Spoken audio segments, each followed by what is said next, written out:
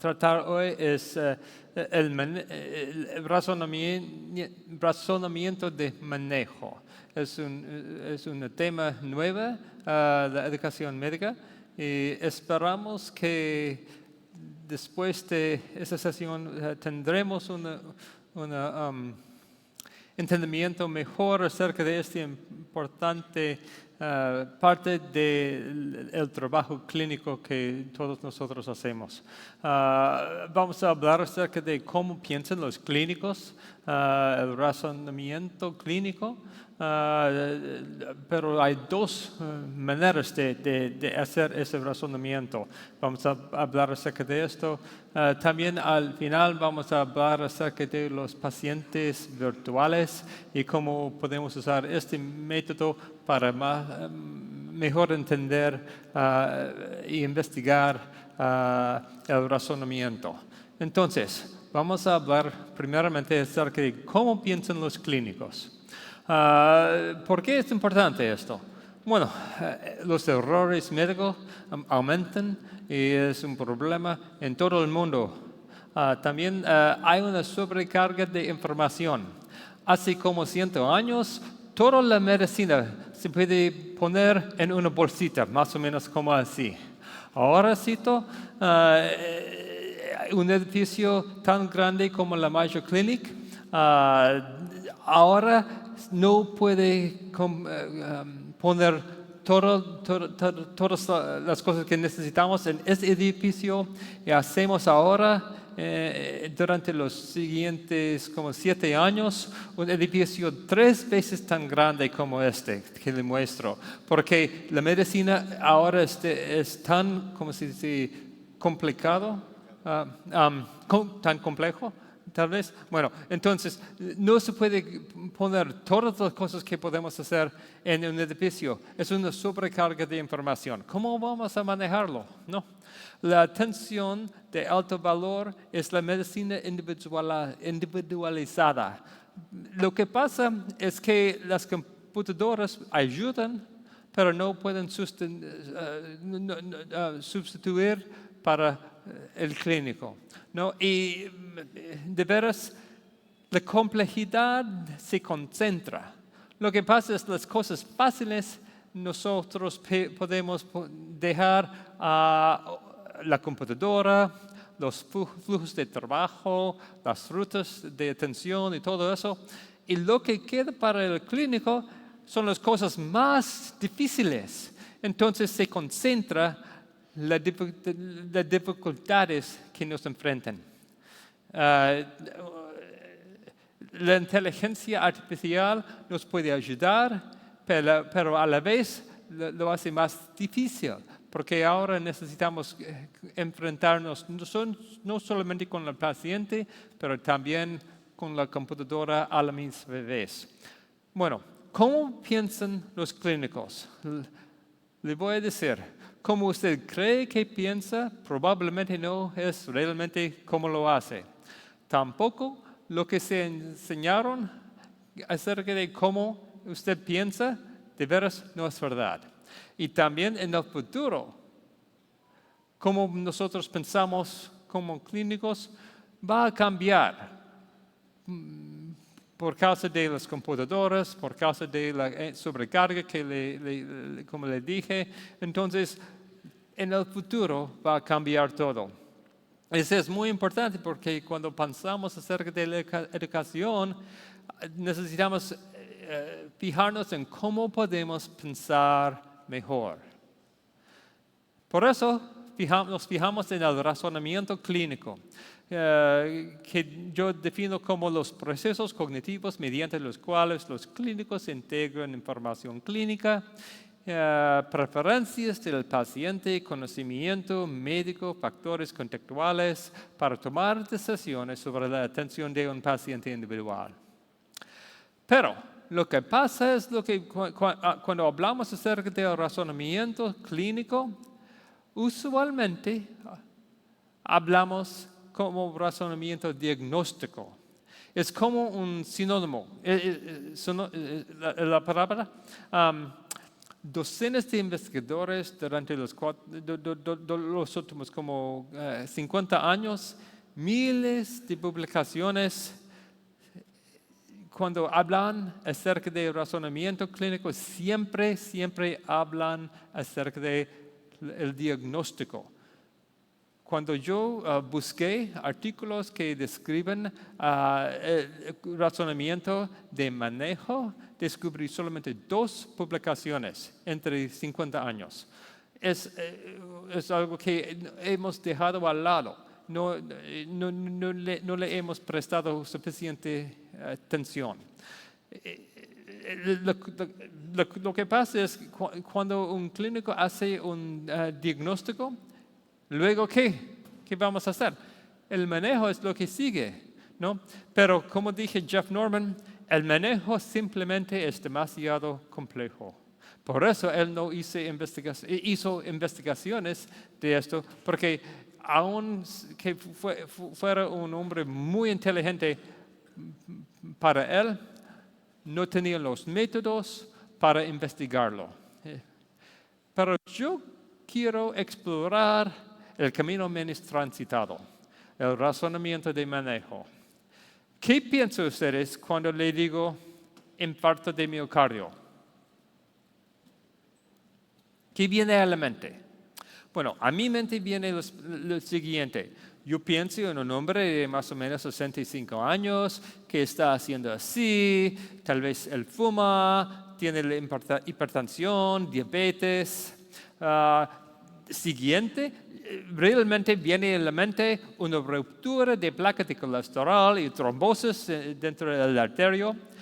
Después pienso en un angiograma que muestra terminación del contraste. Después pienso acerca de cómo voy a manejar a este paciente, aspirina, etc. Después, tal vez voy a pensar en un programa de TV y así puede ver. Ese viene a la mente, realmente viene a mi propia mente, solamente con 2 palabras, bueno, 3 palabras en español, en inglés son 2. 3 palabras, nada más. Infarto de miocardio. Trae todo este conjunto a la mente, ¿no? Es por esa razón que el diagnóstico es tan importante. Una sola etiqueta, pero las etiquetas me importan. El vocabulario es muy importante. Yo tuve que aprender un vocabulario nuevo para compartir la presentación hoy. Espero que lo hago bien. Pero el vocabulario es esencial para comunicación eficiente. Tiene más importante implicaciones para la acción. Si el vocabulario no nos ayuda a actuar, entonces no nos sirve bien. Y lo que hace en las acciones es el manejo. El diagnóstico solamente funciona para ayudarnos en hacer manejos más convenientes. Importantemente, hay etiquetas, es una palabra nueva para mí, distintas para distintas condiciones. Por ejemplo, podemos hacer una etiqueta de infarto de miocardio, pero también podríamos hablar acerca del descendiente arterio o necrosis miocardia. También hacemos a veces tenemos que actuar antes de llegar a un diagnóstico final, como un paciente febril con hipotensión. Hay que actuar, darle antibióticos, ahora cito. No podemos esperar hasta el diagnóstico final. Pero siempre lo que nos guía es la necesidad de hacer decisiones acerca del manejo. El paciente del infarto de miocardio, ¿qué hacemos? le doy aspirina, trombolíticos, ingresar al hospital y después rehabilitación cardíaca, ¿no? Pero, ¿qué pasaría si el paciente no puede pagar? Si tiene una reunión muy importante esta tarde, si no nos puede hablar, si tuvo un accidente cerebrovascular hace 2 semanas, y así. Si Viagra es en la lista de medicinas, entonces no le podemos dar nitratos, ¿no? Pero, ¿fue nuestro diagnóstico correcto? Por supuesto. El diagnóstico no cambia, pero nuestro manejo cambió muchísimo con todo esto. Cada uno de estos datos del contexto nos hace cambiar lo que vamos a hacer para ayudar a este paciente. ¿Me entiende? Entonces, ese es un principal muy importante, porque es por eso que Jeff Norman nos dijo que fue demasiado complejo. La complexity que hace tan difícil estudiar y investigar el razonamiento de manejo. Realmente, las alternativas diagnósticas podemos poner otra etiqueta, pero realmente el diagnóstico sigue lo mismo. Pero el manejo, hay muchas cosas que podemos cambiar en cómo lo hacemos, cómo ayudamos a este paciente. Entonces, esas son algunas de las diferencias entre el diagnóstico y el manejo. El diagnóstico es algo de clasificación. Vamos a asignar una etiqueta siempre con implicaciones para la acción. El manejo vamos a hacer decisiones compartidas con el paciente y después monitorear cómo le va. Diagnóstico, hay un solo diagnóstico correcto y podemos decidir es objetivamente correcto o incorrecto, ¿no? Pero el manejo, nunca hay una sola decisión. Nada es correcto cuando vamos a hablar acerca del manejo. También el diagnóstico es independiente de las preferencias o el contexto, pero el manejo siempre hay que tomar en cuenta las preferencias y el contexto. El diagnóstico se puede hacer sin interactuar con el paciente, pero el manejo siempre es una conversación, requiere comunicación entre el clínico y el médico, y tal vez las enfermeras y los sistemas en que se coloca la atención de salud. También el manejo va a cambiar durante el tiempo, como el paciente se mejora o se empeora. Y finalmente hay un rango finito de soluciones, pero en el manejo siempre hay otra que se puede considerar mientras hacer la decisión. Hay incertidumbres inevitables en el manejo. Nunca puedes saber con seguridad que ha hecho la decisión correcta. Y bueno, ¿cómo vamos a distinguir el diagnóstico versus el manejo? Bueno, el manejo incluye los medicamentos y tratamientos, por supuesto, pero también vamos a educar al paciente, vamos a planear visitas en seguimiento, también las pruebas diagnósticas, las consultas que ordenamos, y todas estas cosas son partes del manejo. Entonces, cuando yo hablo acerca de los límites del manejo, Bueno, lo que se puede hacer con un caso como publicado, aparte del paciente, ese es el diagnóstico. Todo lo demás es el manejo. Otra manera de pensar es como diagnóstico, manejo. Hay algunas partes que, como se dice, overlap. Esos son los diagnósticos que hay que negociar, como por ejemplo un MRI, muy caro. Entonces tal vez hablamos con el paciente, quisiera que hacemos un MRI o no. ¿Me entiende? Ese es un diagnóstico, pero también es parte del manejar. ¿Cuáles son las características clave del razonamiento?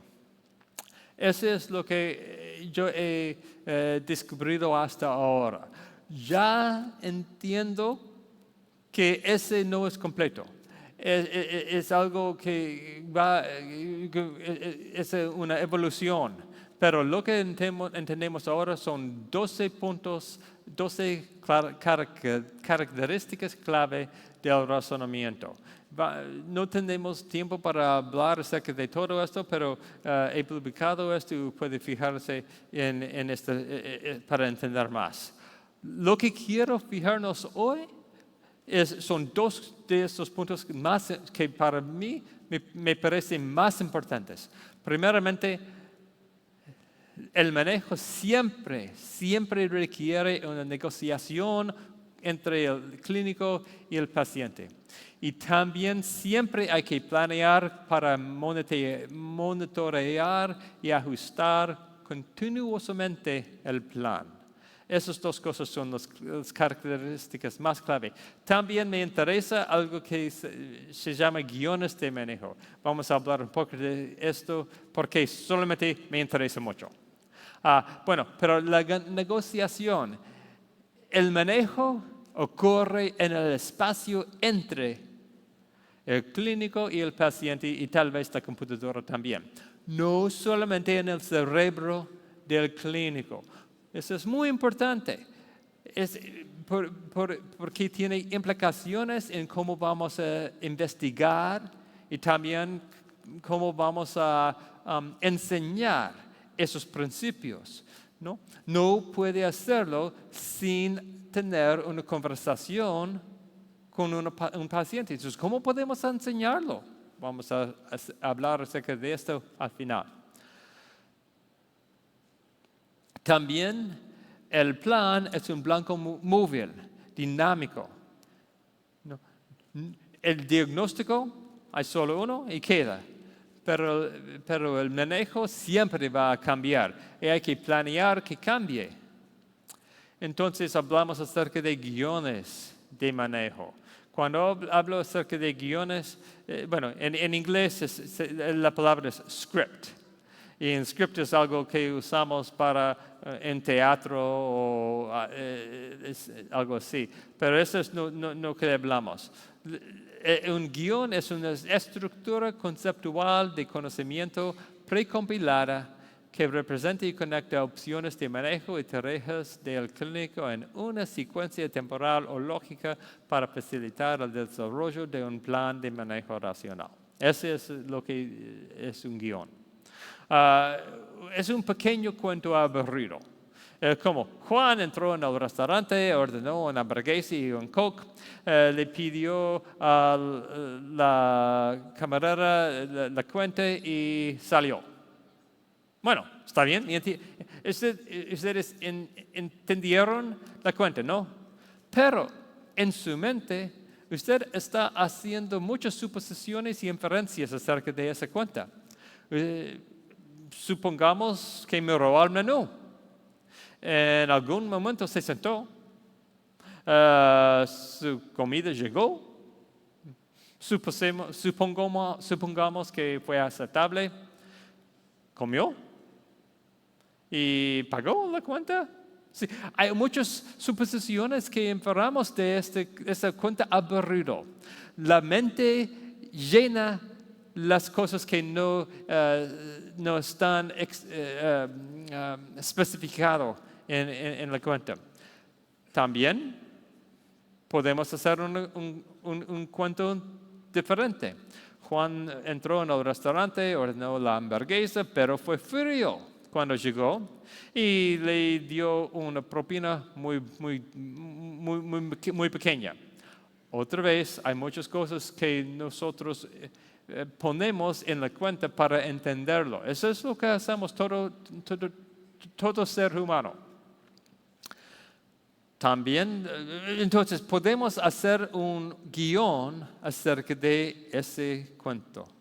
Juan entró al restaurante, se sentó, o tal vez fue sentado por la hostess, o fue al mostrador para hacer su pedido, o se fue porque estaba demasiado lleno el restaurante. Tal vez hablamos acerca de miró el menú, o tal vez lo dejamos sin especificarlo. Ordenó cualquier cosa, pero cuando llegó fue aceptable, inaceptable, ¿y por qué? Le pidió la cuenta a la mesera y puede ver cómo ese es cómo podemos definir el guión. Y lo que pasa es cuando entra en el mente, nosotros llenamos las partes del guión que no fueron especificados anteriormente. ¿Me entienden? ¿Está bien? Okay. Entonces, a veces nosotros vamos a departir del guión. Juan entró al restaurante, ordenó la hamburguesa. Mientras comía, la persona a su lado empezó a atragantarse con su comida.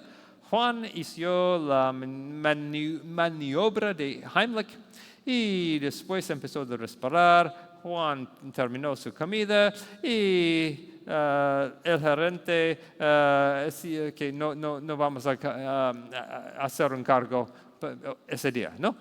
Es una cuenta muy diferente que lo que definimos anteriormente, ¿no?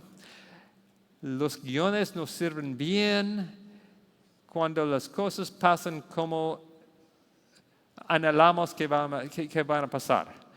Cuando algo pasa que nos desvía, entonces el guión no nos sirve. Ese es como hacemos toda la vida. Ese es lo que ocurre cada día, cada acción. Cuando se levanta de la cama, cuando usted va al restaurante, cuando va a la oficina, cualquier cosa, el día sí pasa normalmente hasta que no pasa normalmente. Los guiones nos guían en toda la vida. Bueno, publiqué un artículo acerca de esto, no podemos explorarlo en detalle, pero si le interesa, puede buscar este artículo. Hay algunas cosas acerca de los guiones de enfermedad entre el guión de manejo. Tal vez ustedes han escuchado, aprendido acerca del guión de enfermedad. Este es algo muy distinto. La enfermedad es algo retrospectivo acerca de evolución temporal de la enfermedad. El guión de manejo es prospectivo. Es una guía para el encuentro y las acciones futuras y las decisiones que tomamos con el paciente. Son dos cosas muy distintas, no se confundan, por favor. Bueno, hablamos acerca del manejo y la toma de decisiones compartidas. Otra vez, el manejo no ocurre en el cerebro del clínico, sino en el espacio entre el clínico, el paciente y tal vez la computadora. Bueno, por tiempo voy a pasar por eso, pero hicimos una publicación solamente fijado en ese tema, en Medical Teacher. Puede buscarlo si le interesa el tema de toma de decisiones compartidas. También el monitoreo y ajuste continuos. El plan es un blanco móvil, pero eso no es lo que enseñamos. Cuando nosotros como clínicos enseñamos a los estudiantes, siempre hablamos como si el plan fuera algo fijado, pero de veras cualquier clínico entiende que el plan siempre va a cambiar. Nosotros tenemos que cambiar lo que enseñamos para que correctamente hace un paralelo con las acciones reales que toman los clínicos. Entonces, las implicaciones.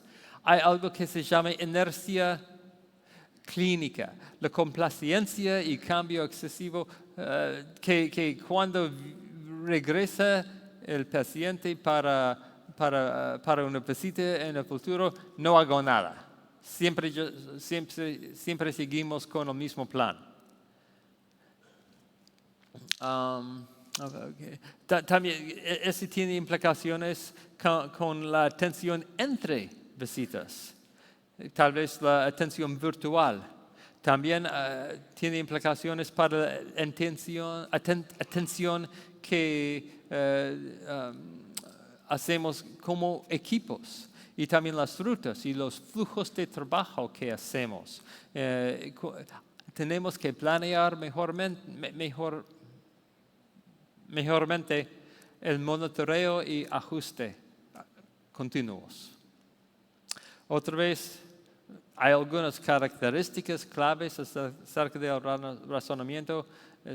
Ya vimos esta diapositiva. Pero, ahora, ¿cómo funciona el razonamiento de manejo? Realmente no sabemos. Mientras lo investigamos, podemos usar lo que entendemos acerca del razonamiento diagnóstico para ayudarnos mientras avanzamos acerca del razonamiento de manejo. Bueno, ¿qué sabemos acerca del razonamiento diagnóstico? Le pregunto, ¿cuál es el diagnóstico en este caso? Alguien me dije. ¿Cómo? Exacto. Es un trombosis del pulmón, ¿no? Lo siento, las palabras me faltan. Pero cualquier clínico va a entender que eso es un trombosis pulmonar, ¿no?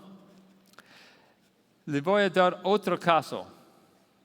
Pero quiero que fijarse en que son como 20 palabras para darle ese diagnóstico. Otra vez, tendrá un solo segundo para hacer el diagnóstico aquí. ¿Están listos? ¿Fue normal o abnormal?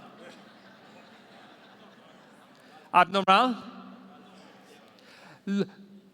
Lo vieron un segundo, pero en un segundo ustedes podrían entender que fue abnormal. ¿Por qué? Porque el diagnóstico se fije en patrones.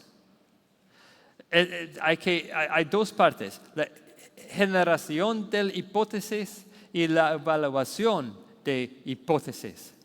¿Ok? La generación es muy difícil, no entendemos cómo se genera. Pero sabemos que es el predictor número uno del diagnóstico correcto.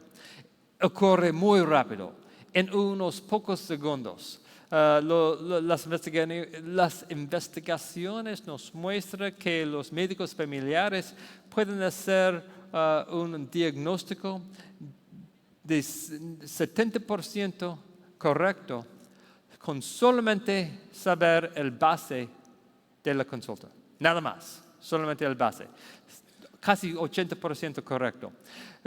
Los médicos en urgencia, las investigaciones nos dicen que 25% de la hipótesis ocurre antes de poner ojos en el paciente. Entonces, ¿de dónde vienen las hipótesis? Ese es algo que ahora estamos estudiando. Vienen de la ciencia básica, esquemas, ejemplares, casos previos. Lo que pasa es que esas hipótesis son muy específicos de contenido. Por eso hablamos que no hay una habilidad general de hacer diagnósticos. Solamente que usted puede hacer bien los diagnósticos en un solo tema de medicina. Después hay que probar la hipótesis.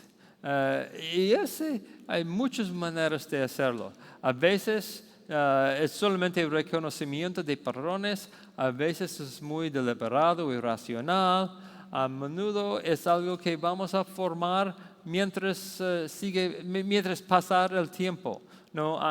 Entonces hablamos acerca de anclar y ajustar el diagnóstico. Todas esas maneras de probar la hipótesis pueden ser muy exactos o también tal vez pueden introducir errores. Depende. Hablamos acerca de dos maneras de evaluar esas hipótesis. Tipo 1, tipo 2, o sistema 1, sistema 2. Ahora sí hablamos acerca de tipo 1, tipo 2, no sistema. Pero tipo 1 es no analítico, es intuitivo, autónomo y aparentemente de bajo esfuerzo. No requiere memoria de trabajo. Ese hace hincapié en los patrones. Tipo 2 es consciente, esforzado, requiere mucho esfuerzo. Y lo que pasa es, hacemos un decoplar la suposición de la creencia. Es como una mini simulación en la mente. Es muy lógico, deductivo y atrasa mucho tiempo. Y ese no hacemos la mayoría del tiempo. Por eso, ustedes pudieron hacer el diagnóstico correcto con solo unas palabras o un solo segundo. Porque es los patrones que nos sirve la mayoría del tiempo. Entonces, hace como 25 años, la dogma fue el tipo 1 es sesgado, defectuoso y propenso a errores, y el tipo 2 de tipo 2 fue imparcial y exacto. No es verdad. Ahora, en 2026, el tipo 1 es tan exacto como el tipo 2, mucho más rápido, mucho menos esfuerzo, y eso es lo que hacemos la mayoría del tiempo. Ese es realmente como piensan los clínicos. Cuando usted vio ese X-ray, fue tipo 1 que usó. Entonces, ¿cómo podemos evitar errores? Bueno, esas son las cosas que no funcionan. Instrucciones que vaya más despacio, tenga cuidado, no sirve. Evite heurísticas, no sirve. Listas de verificación no sirve para expertos, que sí tal vez más o menos no servirá. Experiencia, ese es el predictor número 1. Experiencia, hay que tener una gran biblioteca de casos. La reflexión, ¿qué me falta?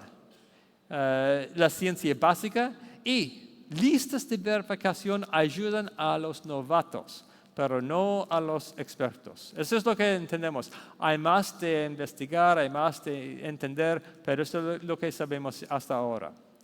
Entonces, más probable es una combinación de tipo 1 y tipo 2. Yo pienso como un vuelo del avión. La mayoría del tiempo el avión está usando autopilot, ¿no? Pero de vez en cuando el piloto hay que tomar el manejo para guiar el avión. Tipo 1, tipo 2. ¿Qué hay de la evaluación? No tenemos mucho tiempo para hablar acerca de esto, pero hay desafíos únicos en el razonamiento de manejo. Múltiples soluciones correctas. ¿Cómo le puedo dar un grado? ¿Cómo le puedo decir correcto o incorrecto si no hay una sola solución correcta? Hay nuevos dominios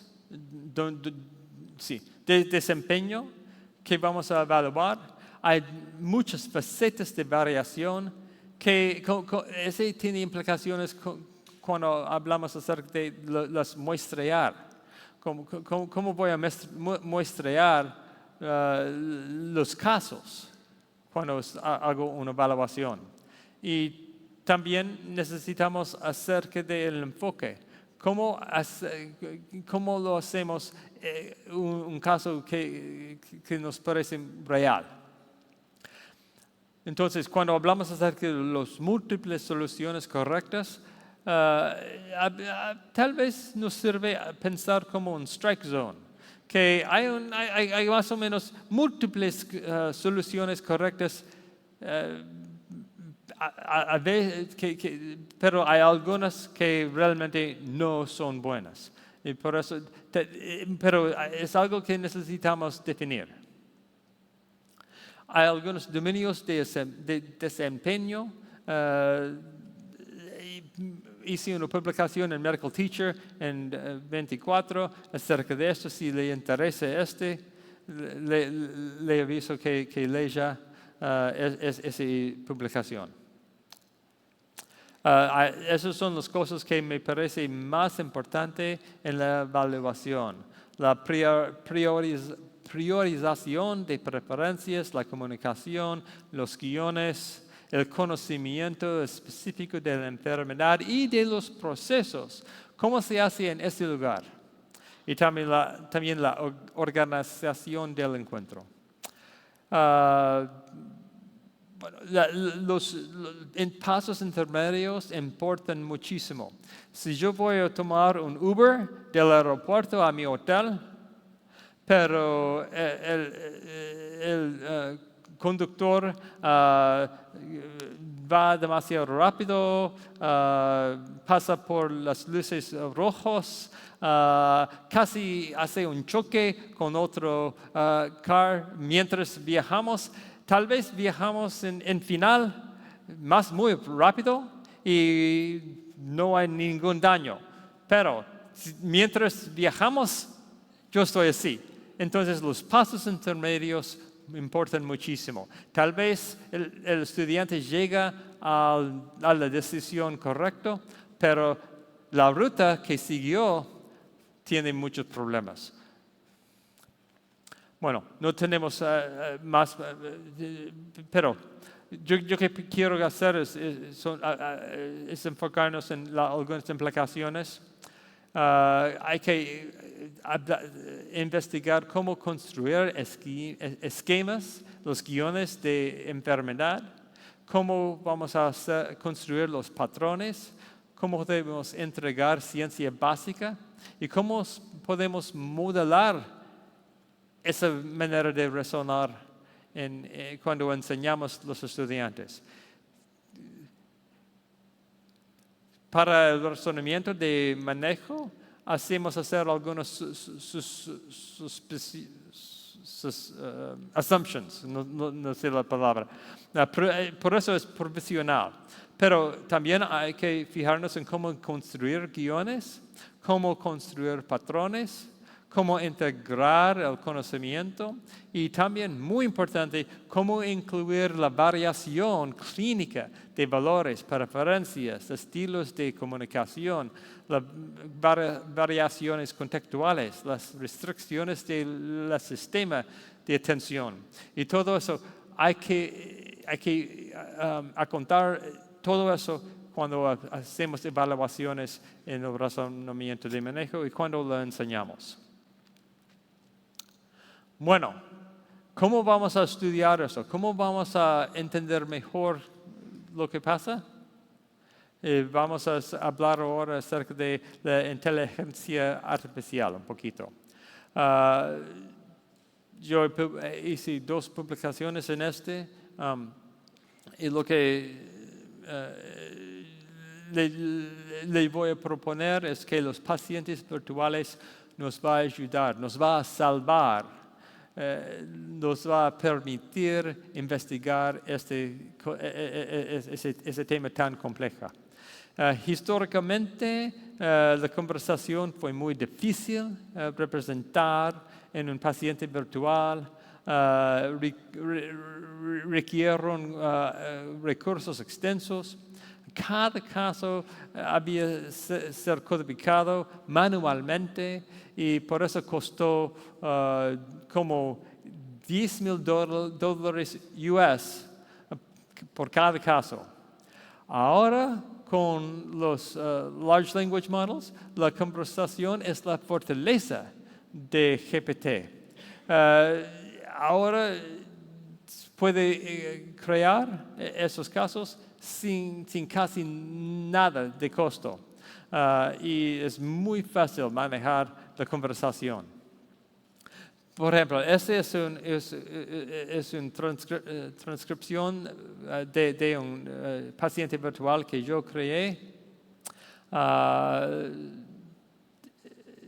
Y hicimos una investigación de cuánto tiempo tardó para crear eso. También investigamos la autenticidad, la experiencia y la retroalimentación. Fue muy altos los grados que asignamos. Y también nos preguntamos, ¿aparecen las preferencias entre estos diálogos? Y la respuesta es sí. GPT puede cambiar la manera de responder para match, no sé la palabra, ¿cómo? Empezar. Lo siento, no puedo escuchar. Bueno, si yo le doy a GPT una instrucción de preferencia o el sistema de atención o algo así, GPT va a hacer lo que le pedí. Entonces, las últimas dos diapositivas, los pacientes virtuales nos pueden ayudar en la educación, en el entrenamiento. Puede ayudarnos en expandir la biblioteca de casos, podemos cambiar los contextos, podemos hacer aplicaciones y también proveer retroalimentación personalizada. En las evaluaciones también podemos hacer muchas cosas, especialmente la zona de strike y las facetas de variación. También cuando queremos investigar el razonamiento de manejo, nos ayuda. Cuando nos enfocamos en los clínicos mismos, podemos entender cómo variar el paciente y el contexto. Podemos investigar la toma de decisiones compartida y también los guiones y esquemas que usan. En la práctica clínica es como el sistema de salud que aprende. Nos puede ayudar en identificar brechas, a diseñar y probar intervenciones clínicas, los soportes de decisión computadoras y las rutas o flujos de trabajo que seguimos como clínicos. Entonces, los pacientes virtuales nos pueden ayudar en hacer simulaciones de todas esas cosas. Y con eso yo terminar. Bueno, tal vez tenemos tiempo para una pregunta.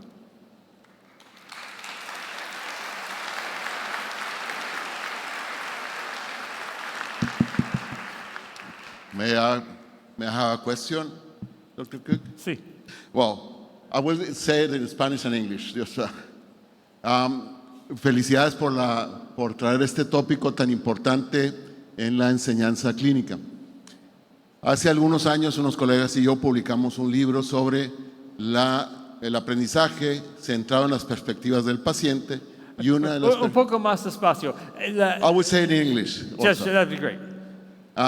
Y una de las perspectivas es la perspectiva de gestión o manejo.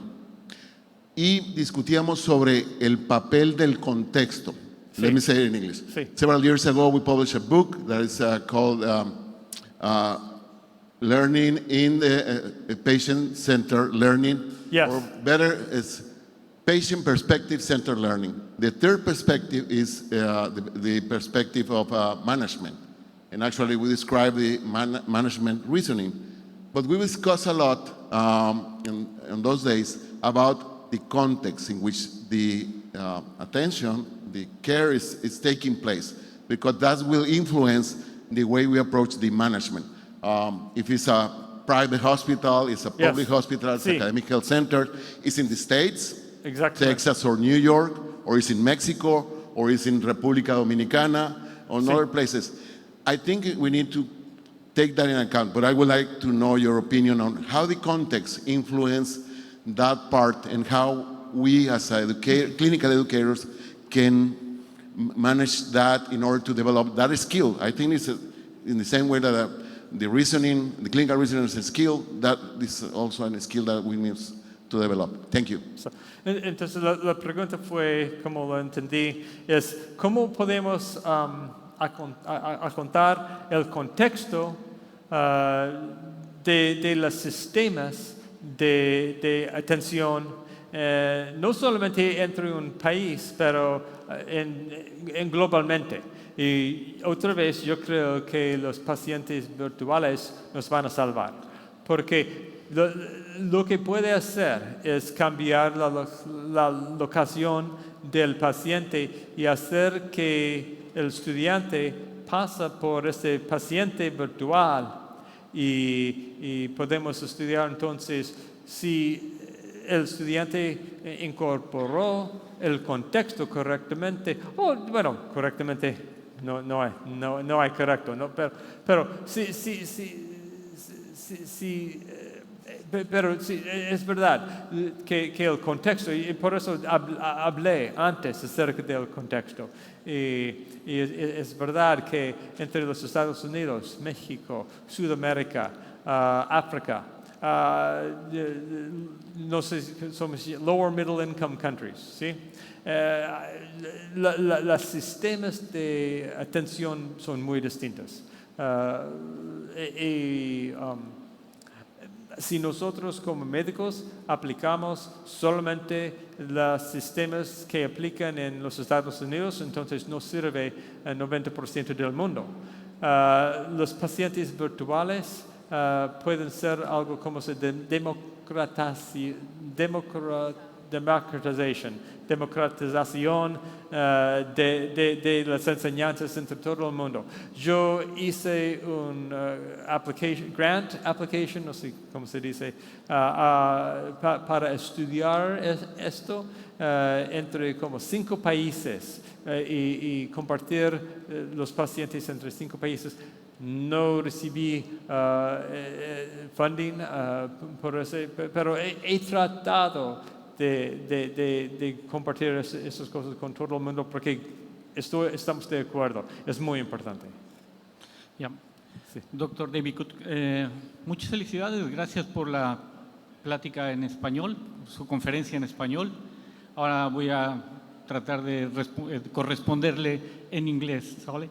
Okay, according to this clinical practice in medicine, always when we are with a patient, we have these 3 variables: subjectivity, variability, and uncertainty.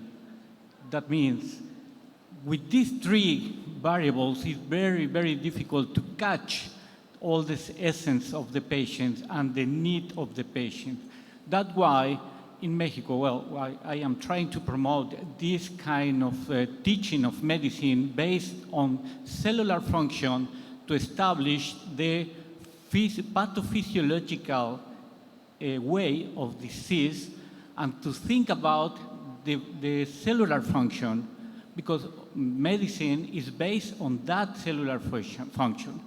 To treat patients, then we need to switch in a certain way at the same time with clinical epidemiology to treat uncertainty, to try with all these studies of population and distribution of the disease, we can catch then all this, the problem of the patient and how to treat, the best recommendation to treat the patient. Then we have this bioethical and humanity issue that we involve the person, the patient, and to generate empathy, to generate this way of treating the person who has economical issues, psychological, emotional, religious issues, and to catch that point. Obviously, all these can be helped with artificial intelligence and to promote all this treatment. All in conjunction, all together, will improve, is my hypothesis and my theory, will improve the clinical diagnosis and all the clinical rationale to treat patients. How do you think about this way in this sequence to affront the patient at the consultation? Bueno, como entendí lo que me dijo, le digo que estamos de acuerdo. Hay muchas maneras de conceptualizar ese tema. ¿Cómo vamos a estudiar? Hay muchos lentes que podemos usar para entender, para investigar. La lente que usted compartió me parece bastante bien.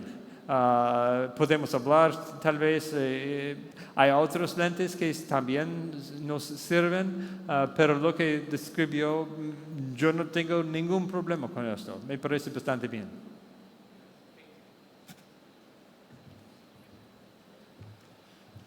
Pues agradecemos al doctor David Cook su presentación.